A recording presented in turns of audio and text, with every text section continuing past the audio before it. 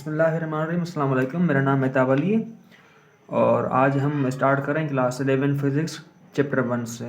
तो चैप्टर 1 को स्टार्ट करने से पहले हम स्टार्ट करेंगे वर्ड साइंस से और उसका introduction, which is a brief introduction of science.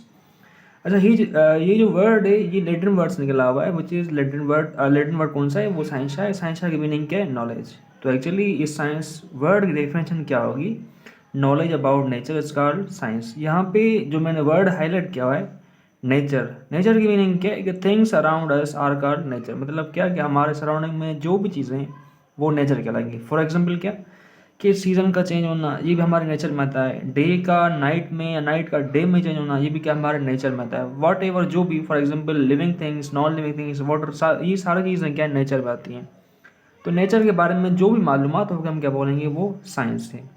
अच्छा, किसी भी चीज़ के बारे में नॉलेज को हासिल करने के लिए हमें कुछ मेथड को फॉलो करना पड़ता है। यहाँ पे कौन से मेथड होंगे? पहला मेथड कौन सा होगा? ऑब्जर्वेशन होगा। और इसके बाद हम किसको फॉलो करेंगे? एक्सपेरिमेंट को फॉलो करेंगे। अच्छा, यहाँ पे ऑब्जर्वेशन क्या है कि हम किसी भी चीज़ को वॉच करें, ठीक है। वॉच करने के दौरान हम उसी की नॉलेज को रिकॉर्ड करें माइंड में। रिकॉर्ड नॉलेज, ठीक है।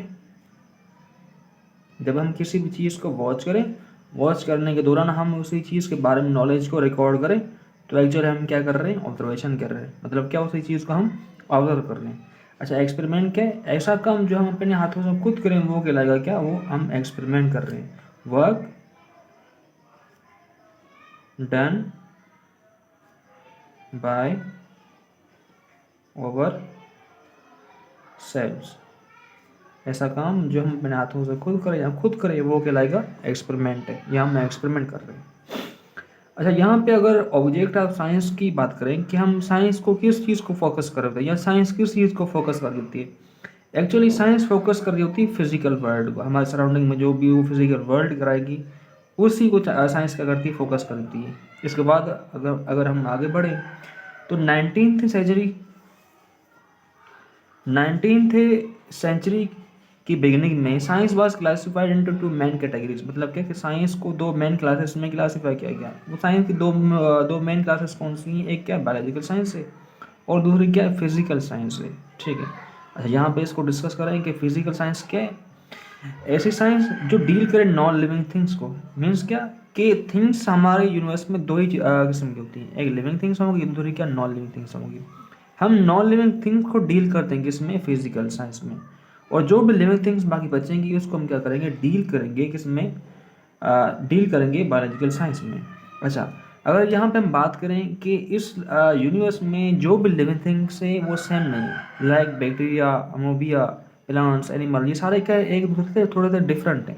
इसकी मीनिंग क्या? अगर ये डिफरेंट हैं तो ये प्रॉपर्टीज़ भी डिफरेंट शो कर रहे होंगे। तो अगर हमें क्या करना है कि इनको आसानी से स्टडी करना है या सुकून से स्टडी करना है, तो हम क्या करेंगे? इस बायोलॉजिकल साइंस को जिसमें हम स्टडी करेंगे ओनली लिविंग थिंग्स में, तो क्या करेंगे? इसको डिवाइड करेंगे इसको फर्दर क्लासिफिकेशन में। तो बायोलॉजिकल साइंस फर्दर क्लासीफाई होती है तीन मेन कैटेगरीज में। पहले जो कैटेगरीज है वो कौन सी? जोलॉजी है, इसके बाद क्या? बॉटनी है और इसके बाद क्या? माइक्रो बायोलॉजी है। अच्छा, जूलॉजी में हम स्टडी करते हैं या डील करती है जूलॉजी ओनली एनिमल्स से, ठीक है। इसके बाद क्या? बॉटनी को या बॉटनी में हम स्टडी कर देंगे इसके प्लांट्स के बारे में। इसके बाद माइक्रोबायोलॉजी,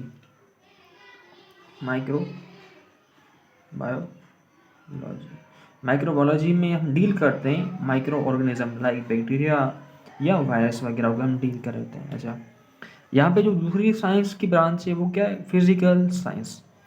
फिजिकल साइंस में हम डील करते हैं नॉन लिविंग को, ठीक है। अच्छा, जो तीसरी मेन ब्रांच है वो क्या? जियोलॉजी है। जियोलॉजी में हम डील करते हैं अर्थ को।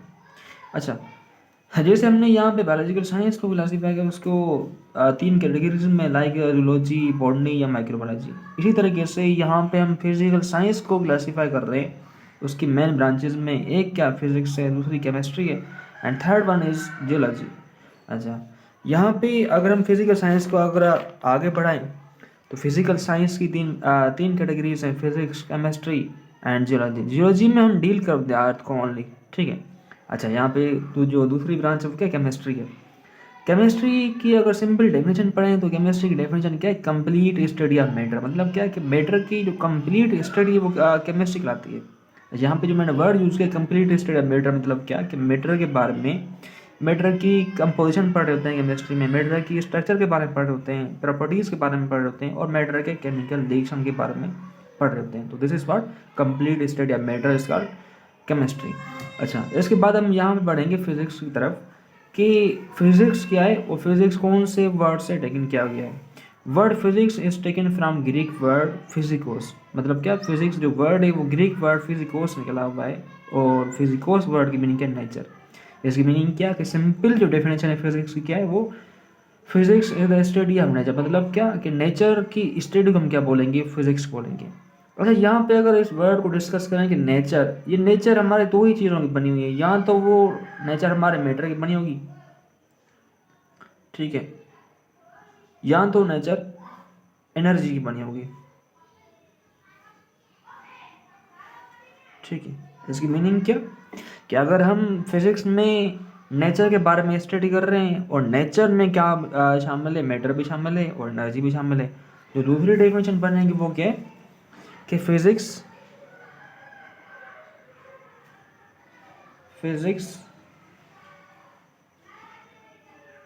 Is the study